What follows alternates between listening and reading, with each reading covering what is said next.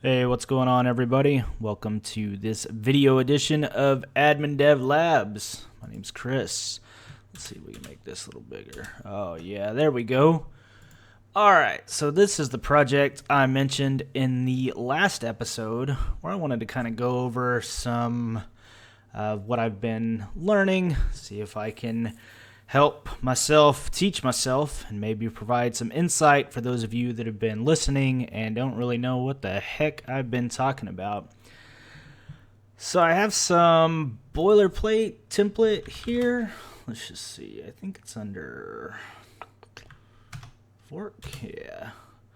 So I made this little standard program, and these are the libraries needed to, well, actually, I think these two are the only things that are needed, but to do output and things like that, I included these. I might not need them. We'll figure it out as we go. But when I started learning about processes, and really when I started learning about fork, one recurring example, whether it was through a blog or through a textbook, in fact, I went through a couple of different textbooks, and the recurring example was this. You had a variable for the child process. That process would call the fork system call. Now, every time you run fork, the child process is going to have a value of 0. So to tell if the child is running, you just check if that variable is 0. And then you can do, we'll do printf. And they pretty much just do the, we should include a space there. Sorry, I'm really sucking at typing today.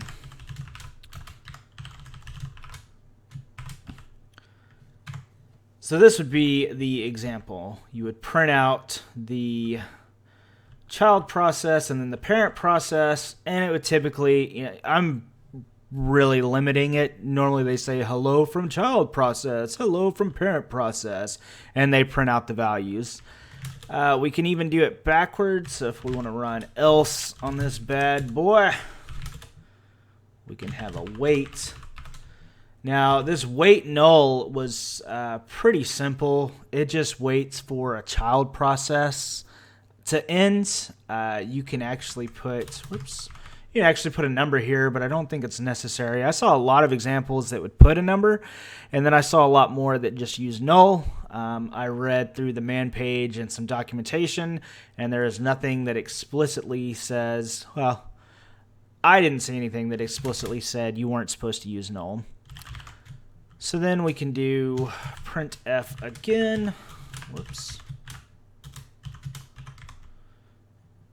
And then we will get the parent ID, and then now we can actually call this variable, we can actually call this variable now because the child process returns. So the PID is no longer going to be 0. It's going to be the actual process ID. And then we exit the program. So let's check this out. Probably going to get a warning that I didn't include. Oh, no, look at that. All right, so this is the child process. This is the parent process. This is the parent process. This is the child process. Basically just flipped them. And if we look at that, so get process ID, get parent process ID, child parent, get process ID, and then PID. So it actually flipped there. And this wait is the reason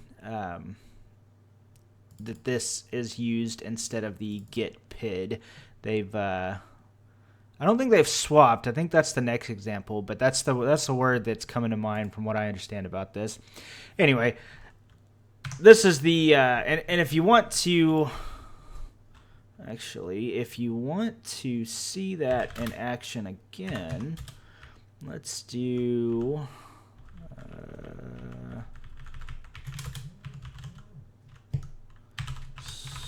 sleep. We'll do 5 seconds. It's not going to take that long. I'll bring up another tab here. So we'll run that, and then we'll So we have two instances of app running. And then we got 5397, 5398. And then we can see here the parent is 5397 and the child is 5398. So kind of cool. It illustrates how fork works, and how the you can utilize this wait to wait for the child to end, and then pretty much you can just either have the child execute another task or let it die, which is what we are doing, or what I'm doing in this program here. But this doesn't, this is borderline educational. I shouldn't say borderline. It's very educational, but it doesn't do anything. I don't know. It kind of, it bugged me. So I went through, I started playing with it, trying to do some stuff. I was looking at some big projects that are known for using processes, and it was overwhelming. And I really couldn't tell what they were trying to do or where it was actually at. So I actually found something that was pretty cool. This is something that is, again, it's kind of a throwaway. It's kind of a trash program. But this is something that you can use to generate a lot of processing power. And this is going to be pin. All right, so this was the program that I found. So what this does is it generates a random number, and then it creates a process to generate that random number. So the function at the top here, all this is it's creating a random number, and then it's doing the mod, which I thought was interesting, and then returns that number. FD is common for what's called file descriptor, and that's whenever you want to have something with like interface with IO or files, things like that. And then pipe is exactly what it is. It's piping that file descriptor into the to this system call. And then here you see another similar example to what I had earlier. Rather than an integer, they're using this PID_T data type, and they're calling the fork function. So if PID is greater than 0, we want to close out the 0. And so this is something else that goes with pipe. If you Oh man, I read this the other day. I should have wrote it down. If you want the child to execute something, you close out 0 first, and then you close out file descriptor 1, and then you basically copy the contents of file descriptor 0. And this is so that the child process can execute another task. And actually, I think this is backwards, because this is closing 1 and then duplicating 0. So I think this is so the parent process can do something else. And then down here, it looks like it's closing the child process. But, yeah, and then they're actually writing the file descriptor 1, which is the parent process. I think that makes sense. Yeah, I'm on a roll. Might have butchered that. Might have had this backwards, but looking at it. So that's what it's doing. Sorry, I'm rambling now. I had a rhythm going. So you have an array of file descriptors. 2 is common. You have parent and child. You're piping the file descriptor, and then you're creating a fork from the value PID. And then here it's making sure if it's a child or a parent, it is reading from the file descriptor.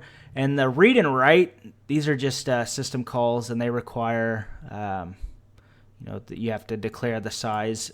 I have something with a struct that was really interesting. Anyway, getting off subject. And then, yeah, it basically prints out the random number. And the example that this guy was using is he was running it against basically just trying to crack a 4-digit PIN. And so if we do @PIN, okay, and if we do 4IN 110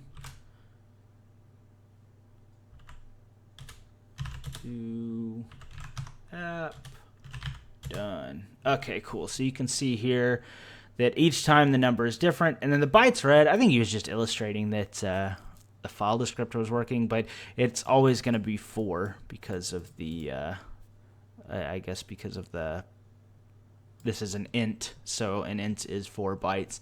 But you can see here that it generated random numbers. So you could run this 1,000 times, 100,000 times, 200,000 times, and returning all these against a, I guess against a password or a hash or something, and see if it cracks it. So I thought this was really interesting, and this was more of what I was looking for in the applied process, using a real world example of process.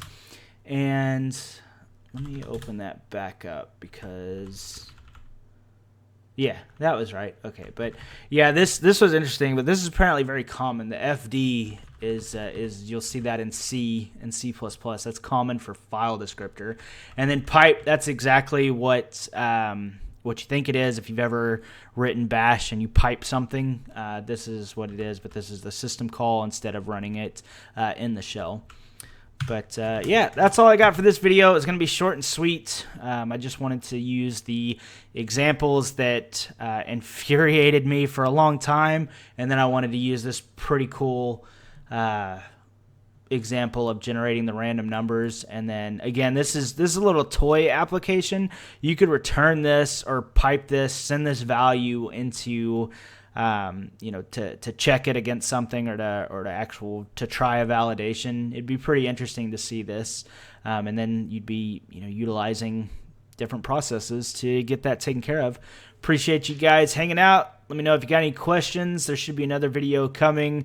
When did I do the last one? Like 4 months ago. So yeah, in July or August, I'll have another video for you guys. Y'all have a good one.